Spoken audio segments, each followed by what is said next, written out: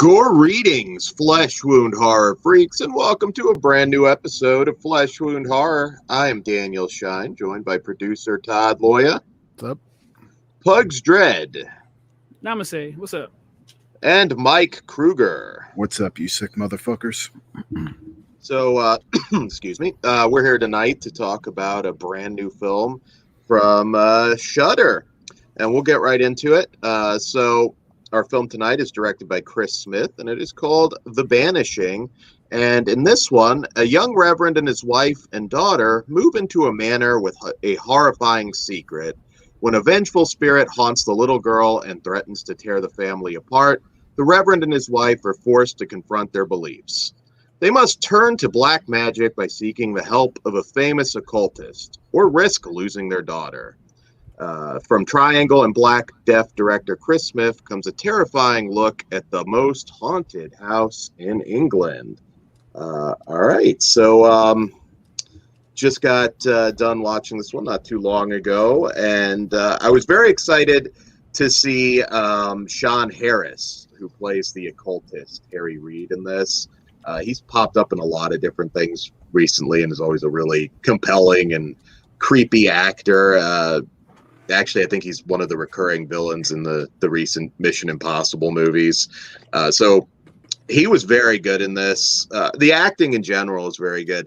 The problem with this one, it's just haunted house cliche after haunted house cliche, just all the same tropes you see in these movies. It's well made. The actors keep you into the story enough, but I don't know. This one, I just got major deja vu as I was watching it. And if it weren't probably for Sean Harris in the Harry Reid role, I don't know. And of course, the fact that I'm reviewing it, this would be one I would probably have not turned off, but not paid that close attention to after a while. There's just so many better movies you can watch. And it commits the biggest sin. It's not boring per se, but it's not scary. It's not scary. I never felt that. I was only arguing the not boring part. Yeah, no, I figured. Yeah, I didn't expect this one to get glowing reviews, but I don't know. Maybe it will. Kruger, what did you? Oh, God, I know. I was just gonna say I was worried everyone was gonna love it, and I was gonna be the one who didn't. So there's the spoiler. I was not a fan of this one. What did you think, Kruger?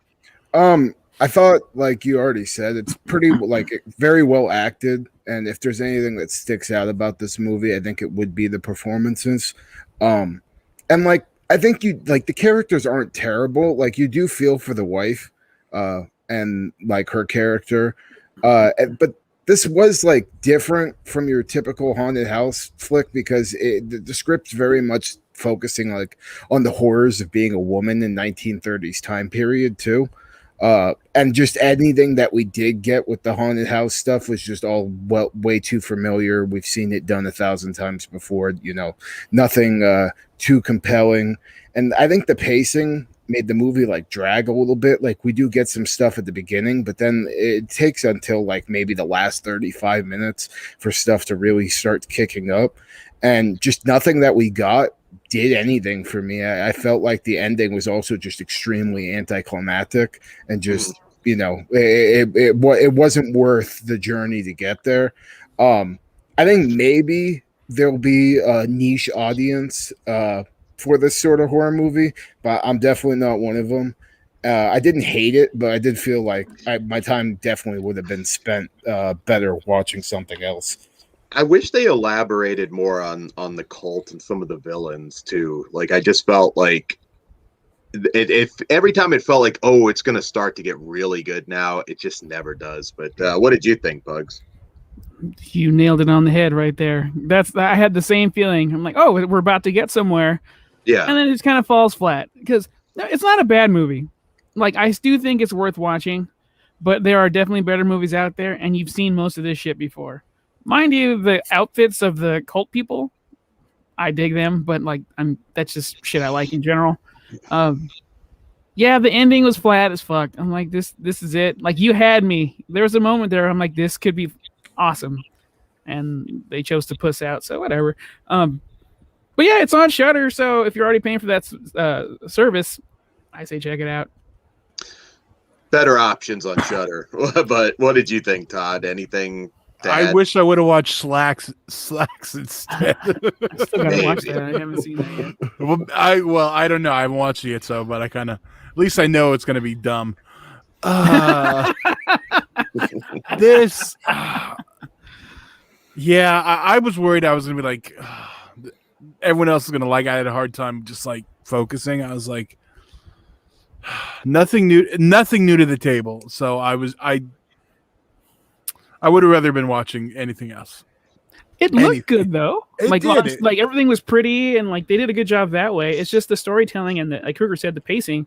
Yeah. You gotta fucking keep us on our toes here, and you're just not. Yeah, not it doing started. I thought it started strong too. Like, you know, the opening definitely got my attention real fast. But then, like I said, not until like the last 35 minutes does anything like worthwhile happen. Like, there's a particular scene where like the wife's hallucinating and her husband just finding her there like on the floor, and like I felt like it was intended to be creepy, and it wasn't like whatsoever.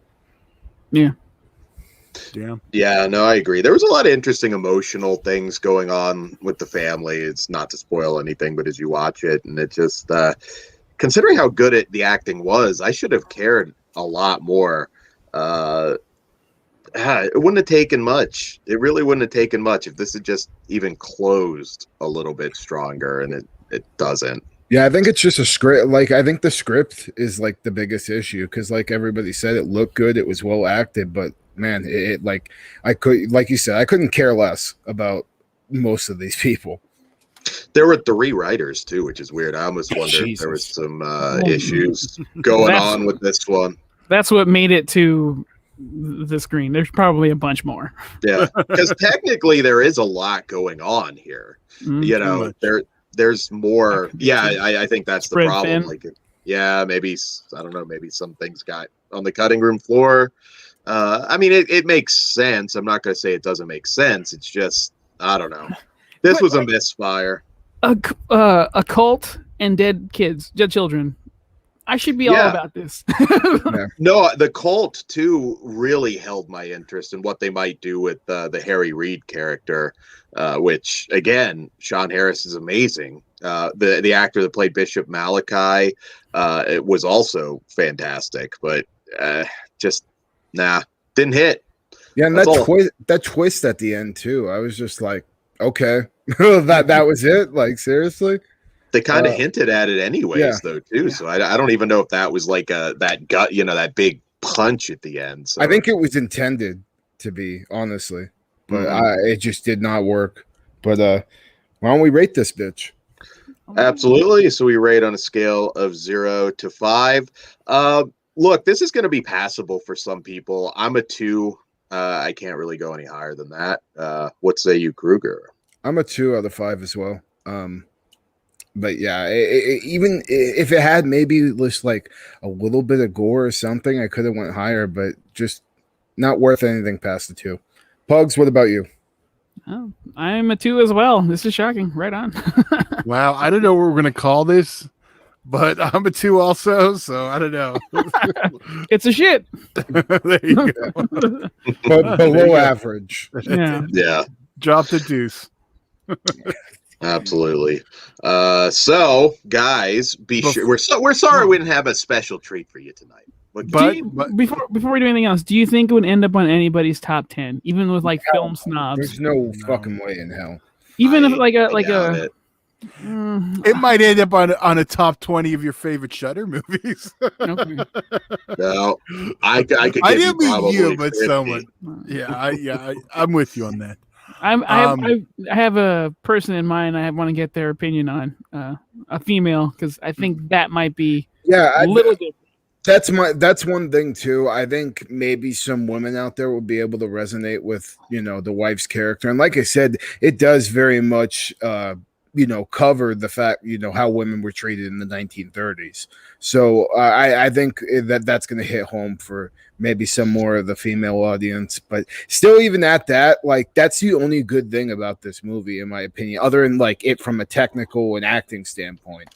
Yeah, no, definitely. Though, the thing about that, I don't know if this is a case where women are gonna like it more. I mean, obviously we're four dudes here, but I think there's better examples and period piece haunting flicks too that are much better. I mean, again, this may be passable. I doubt this. I'm curious to see. I would be surprised if this is on any top 10 lists.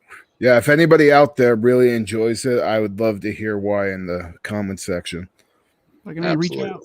Yes, always do that, even if you disagree. Todd, you were about to say something?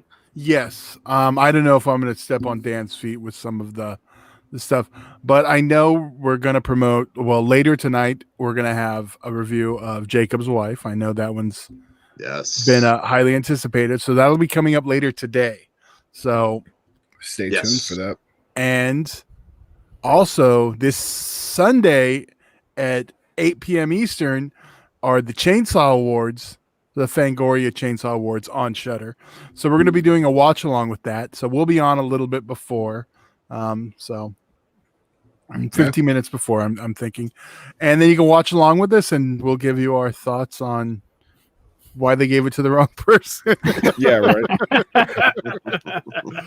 that should be fun.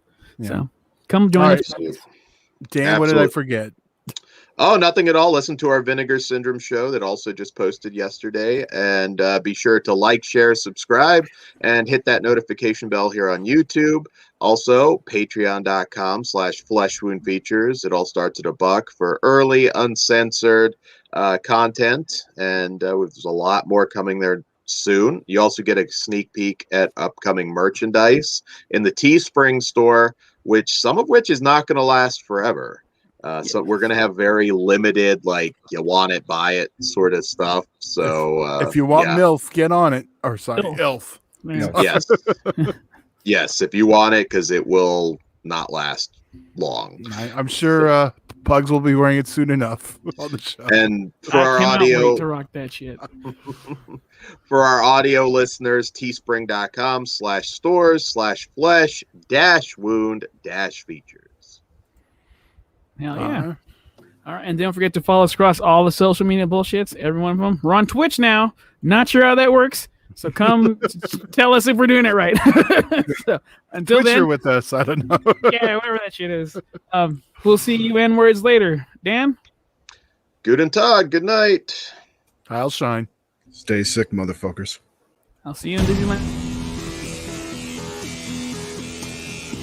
My bad, Pugs. Do it again. Huh? We're out. I'll see you in Disneyland.